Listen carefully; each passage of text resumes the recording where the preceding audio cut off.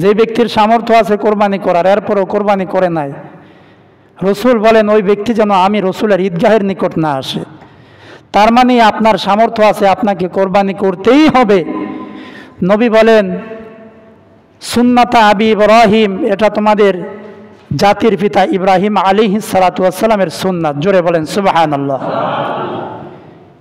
কোরবানি করলে কি ফায়দা হবে? রাসূলুল্লাহ সাল্লাল্লাহু আলাইহি ওয়াসাল্লাম বলেন বিকুল্লি শাআরাতিন হাসানা, কোরবানির পশুর যেই পরিমাণ পশম থাকে প্রত্যেকটা পশমের বিনিময়ে আল্লাহ রাব্বুল আলামিন তোমার আমলনামায় এক একটা সওয়াব দান করে দিবে। সুবহানাল্লাহ।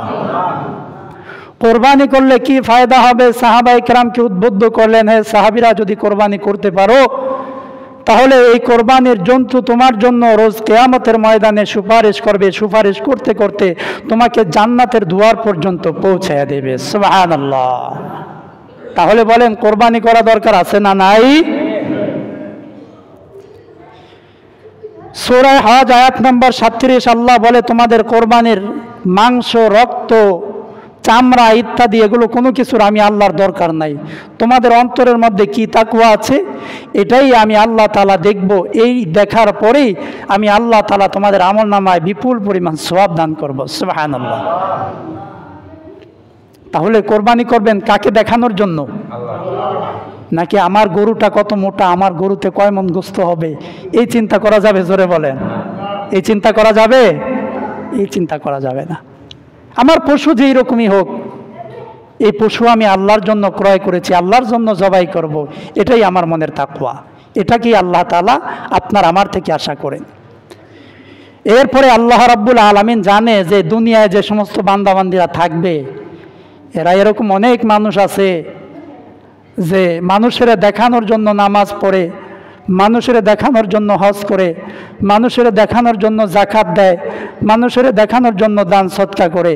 এদেরকে আল্লাহ রাব্বুল আলামিন সতর্ক করে বলেন, নবী আপনি তাদেরকে জানায় দেন, তাদের কাছে বার্তা পৌঁছায় দেন, তারা এই যে নামাজ পড়ে, রোজা রাখে, যা কিছু করে, এই সব কিছু যেন একমাত্র আমি আল্লাহর জন্য হয়, তবেই এর সওয়াব আমি আল্লাহ তাআলা দান করব। সুবহানাল্লাহ।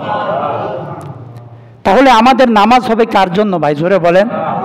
আচ্ছা, আপনার নামাজ, আপনার যে আমল আছে, এই আমলের সওয়াব কি আমি ইমরানের নেওয়ার কোনো সুযোগ আছে?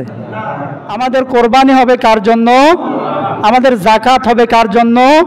আমাদের যত নেক আমল আছে, এই নেক আমল আমরা কাকে দেখানোর জন্য করব? আল্লাহকে দেখানোর জন্য করব। যদি আল্লাহকে দেখানোর জন্য করতে পারি, আল্লাহ রাব্বুল আলামিন ঘোষণা করে দিয়েছে কোরআনুল কারিমে, যারা আমি আল্লাহকে দেখানোর জন্য, আমি আল্লাহর রাজি খুশির জন্য তাদের জীবনকে বিসর্জন দেয়, তাই বিসর্জন দেওয়ার সাথে সাথে আমি রব এগুলো সব কিছু খরিদ করে তাকে জান্নাত দান করে দিব। সব কিছুর বিনিময়ে আল্লাহ আমাদেরকে কি দিবে? জান্নাত।